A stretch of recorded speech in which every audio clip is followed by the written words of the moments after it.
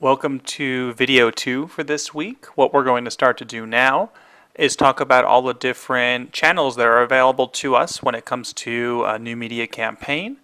And the way to start with that, I think, is talking about static content and websites. Websites obviously tend to be the home base when it comes to developing content and where content is displayed. So we're going to start with that and branch out from there. So in this video, what we'll cover are platforms for websites. We talked about platforms in the last video. These are referred to as CMSs, or content management systems, and I'll explain what those are and what those look like. Navigation and nomenclature. So what's the top level navigation of a website? How do you get to those menus that you see on top of all those pages? And what are the best practices for coming up with those? Site maps. So naming what the different pages are going to be on the website and how they're interconnected. Wireframes, which are a blueprint for our website. And then something else called page tables, which really goes into the detail about what should be on each page, not just from a visual standpoint, but from what it should achieve. So what is a CMS? A CMS, like I said, stands for Content Management System. It's the platform in which you create your website. In the past, years ago, what you would do is code each page by scratch. But now we have something called a content management system. And those allow us to edit a website similar to almost how you would edit in Word. They're called What You See Is What You Get editors, or WYSIWYGs, if you've ever heard that term. And perhaps you've heard of some of the content management systems or CMSs that are out there. Maybe you heard of something called Drupal. That's one of the platforms or technologies that are available. One of my favorites that I've been using for a while and really love, it started out as a blogging platform, but it's become a platform for all sorts of websites. It's called WordPress. And that is, along with Drupal, a free editor that you can download. And perhaps you've heard of something called Movable Type. That's another version of the CMSs. So how does a CMS work? What does it look like? I'm going to actually show you at this point how you would create a post or create a page in a CMS. And I'll show you WordPress here. So let's take a look at that. All right, welcome to the demo.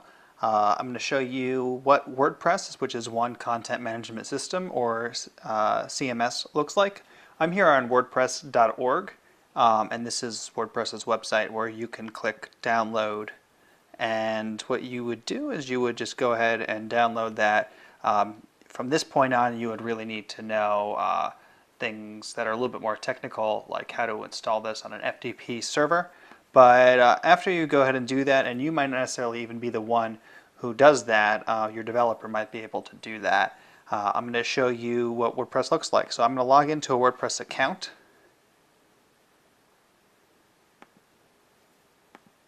And this is the dashboard for WordPress. It tells you here how many posts you have, how many pages, and what you can do on this left side is you can, if you were to write a blog post, you go and click Add New. And this is what I was telling you before about a WYSIWYG editor, or What You See Is What You Get website. So you would go ahead and enter a title. So this is a blog post. And you would go ahead here, and you would type your blog post.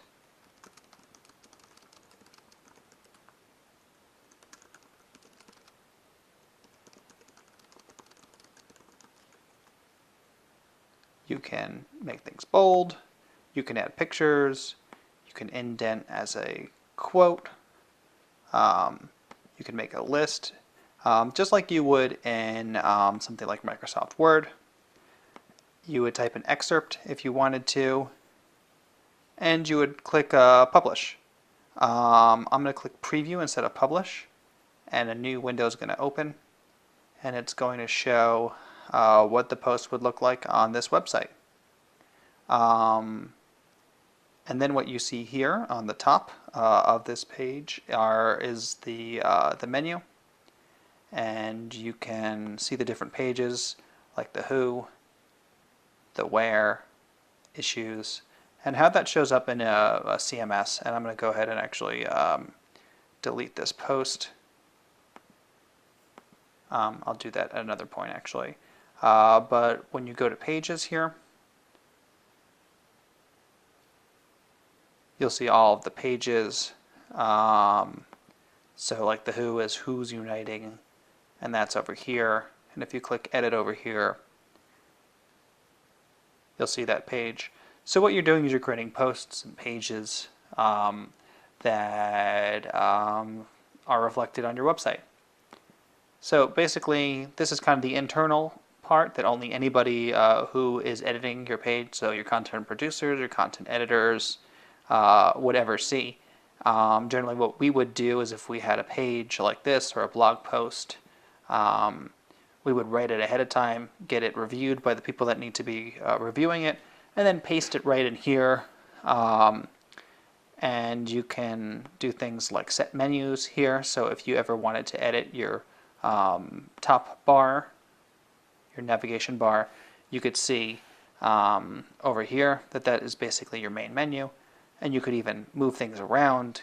You could add new pages that you've created to this menu, and it would go ahead and instantly reflect up on here.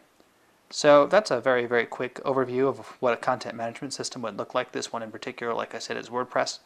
And it's a really nice way to manage all of your content and put it in a place where you don't necessarily need to know HTML all too much. But you can publish things.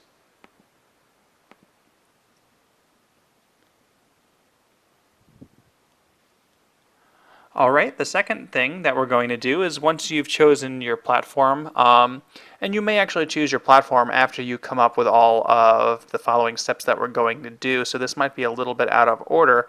I wanted to kind of ground you in the idea of how you create a website first. But what you're going to do first is if you're editing a website or you're coming up with it, you're going to want to really synthesize all of your ideas, everything that you have out there that you want to put on your website, and put it into a simple navigation. Now, this is something that can really take a long time. How do you go about reducing all of the pages into something that is a simple, clear navigation menu? I have spent, this is probably one of the hardest things to do, is figure out how to do this. So let's talk about some guiding principles that help when it comes to creating a good navigation bar, and then I'll show you some good examples and then maybe some not so great examples to give you some perspective. You really want to use some of the principles of good content here. So how do you make a navigation menu that is really concise and simple, and something that's not redundant? So you don't want to. You want to make sure that you're not repeating yourself over and over again. Perhaps if you are repeating yourself, perhaps all of those can be folded into one navigation bar item instead of a couple. You want the navigation bar to be really clear and really consistent. You want everything to really stand for itself. When people see that top navigation bar, they should know what's on that page. They should know what's in that section. They shouldn't have to think twice about it. And with that, it should also be very intuitive, right? That's very similar to clear and consistent. But somebody's going to look at it, they're going to intrinsically understand it and know what it means. And then when it comes to the wording, those were kind of formatting things. But when it comes to the actual wording, you also want to create labels that support your key messages. So is there a specific term with a specific connotation, those ideas of rhetoric that we talked about in the past, that you can name a section so that it's not only clear, but that it resonates with your audience and shows the audience what you stand for. The words you're using are important not just for understanding, but so that people get a sense of who you are and what you stand for. So keeping in mind all of those guiding principles, let me show you some good examples of a navigation bar. This is a new company called Shinola, and they're created by the founder of Fossil. So if you've heard of Fossil watches or wallets, this is another brand by them, and they're going with the trend of made in the USA products. So they're actually going into an old factory in Detroit. So there are a couple navigation items here. You've got read our story, what we're making, the name of the brand. You've got we're in Detroit, and the blog. And for all of the products, to introduce you to this new Shinola brand, they've reduced it to 4 small navigation items. So it's a real good way of making it concise. But if you read each of the things together, it actually, they flow together, so read our story, but we're making, especially if you look at these 3, we're making Shinola and then in Detroit in the blog, it says, if you read it, here's our story, we're making Shinola in Detroit. It actually almost reads as a sentence, and you really get an idea of the brand right from the get-go, especially because they're creating this niche product of making products in the United States, and you really begin to understand what they stand for and what their values are just by reading that navigation bar. So that's really a superb example of a navigation bar. It's small, it's concise, it contains everything in a very simple way, but it also gives you that idea of what they stand for, and it's actually readable together. It almost creates a sentence. Apple's website is obviously, they do a great example of a lot of content, great products, and obviously they want a website that shows what they stand for. Everything here is once again concise and simple and very elegant. They've managed to put everything into just one word for each item here. They're able to reduce everything that they have into this small, tiny navigation bar here. So you've got your store, Mac, iPod, iPhone, iPad, iTunes, and support. They're able to reduce their entire company and product line into this small space here. Another good example is the White House's website. This is actually, if you drop down if you mouse over the issues bar here, you'll see all of the issues pop up here. What I liked about this is not only do you get the information that you want, but they're able to reduce the entire business of the country into blog, photos and videos, briefing room, issues, the administration, the White House, and our government, which is no small feat. And this is also an example of how a secondary navigation bar would work. So if you mouse, like I said, you mouse over issues, you'll see all of the issues that they're pushing or they think would pertain to America. So it's a really good example of taking a navigation bar and making it concise, understandable. You know what you're going to get under each section, and it reduces everything into just a small amount of information. I showed you some of the good. Let me show you some of the bad.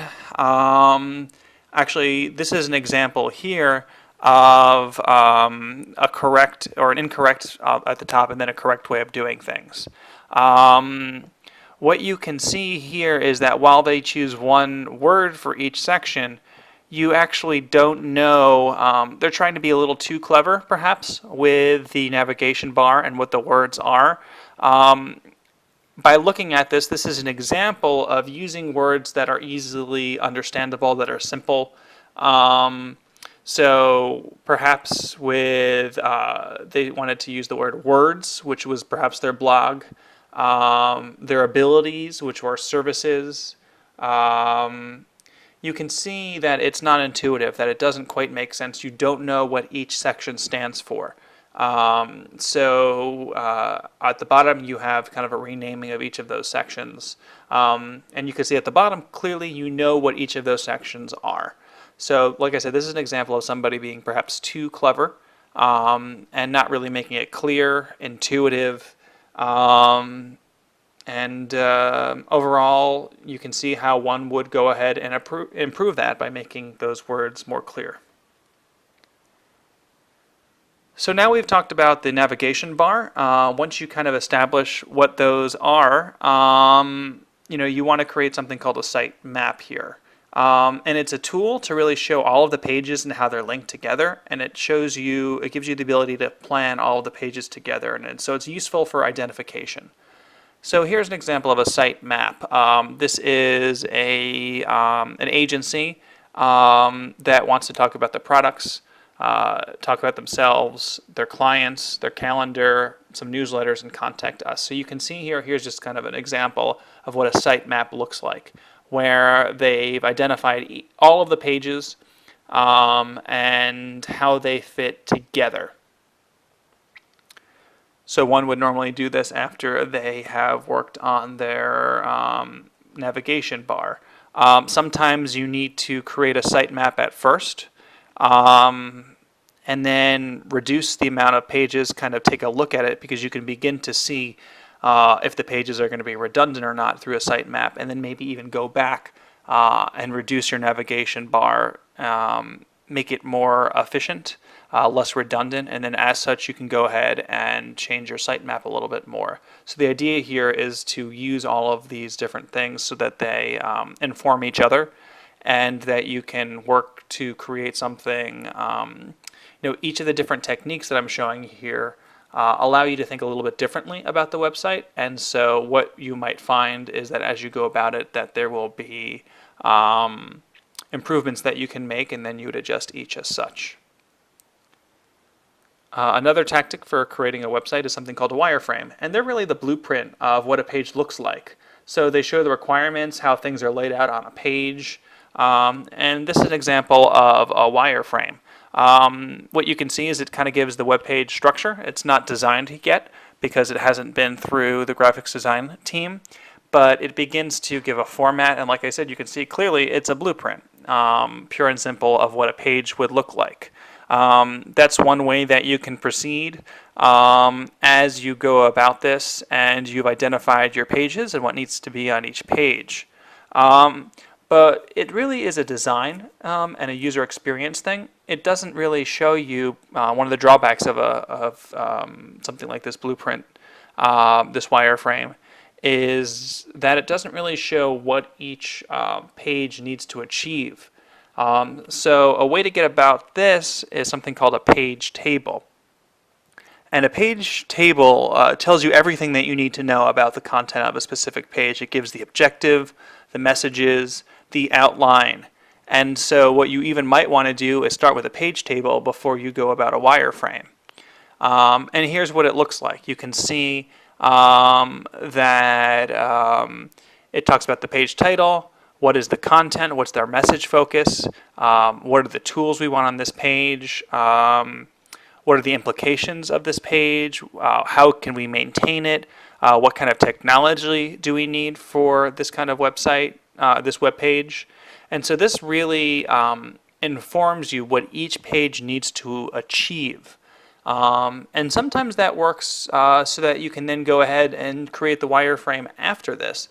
Because once you know what it achieves, then it becomes a user experience thing, and then you say, okay, well, it needs to look like this or it needs to look like that in order to achieve the scope in which we've laid out here in this page table. So once you've done that, you've kind of got your outline of your website. You've got the different pages. You know what the navigation bar is going to look like. You know what the specific pages are going to look like and what needs to be achieved there. So you'll take your blueprint, and then you'll work with your graphics designer and your developer to bring it to life. From there, you'll have, I'm sure they would have edits on what your blueprint looks like. You would as well. You'd work together and you'd develop it and you'd make it live. And that's very basically how you would go about creating a good website that is consistent with the qualities of what good content is. So this week's assignment, you can take a look at it on Blackboard. We're going to talk about the cost of content, and we're going to make it a discussion. And you can go ahead on there and take a look at the brief, and you can go ahead and start that discussion. The good thing about this discussion is we're opening it up to the entire class. So before you were talking mainly to your project groups, and this discussion will allow you to branch out and talk to anybody in the class. So hope you enjoy that, and I'll see you on the discussion boards.